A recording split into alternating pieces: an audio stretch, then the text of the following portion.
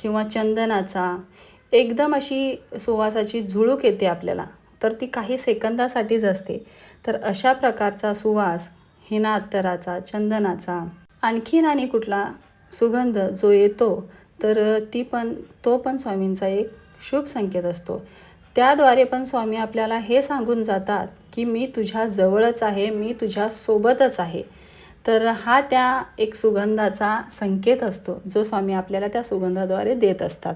बऱ्याच भक्तांना हा अनुभव पारायणामध्ये भरपूर येतो. जे पारायण करत असतात गुरुचरित्र, स्वामीचरित्र, तर त्यांना असा अनुभव नक्कीच येतो. तर चौथा संकेत स्वामींचा असा आहे, आपण जेव्हा स्वामींशी बोलतो, स्वामींचं नामस्मरण करत असतो किंवा स्वामींना आपल्या मनामधले एखाद्या वेळेस आपण सांगत असतो काही ना काहीतरी, आपण गप्पा मारतोय, काही मनातले विचार आपण स्वामींशी सांगतोय, तर तेव्हा अचानक दारामध्ये गाई येणे किंवा कुत्रा येणे, तर हा देखील एक शुभ संकेत आहे.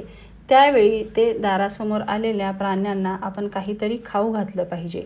अशा प्रकारे देखील स्वामी आपल्याला शुभ संकेत देत असतात. तर पुढचा संकेत असा आहे, पाचवा संकेत, आपल्या मनामध्ये काहीतरी प्रश्न चाललेले आहेत किंवा काही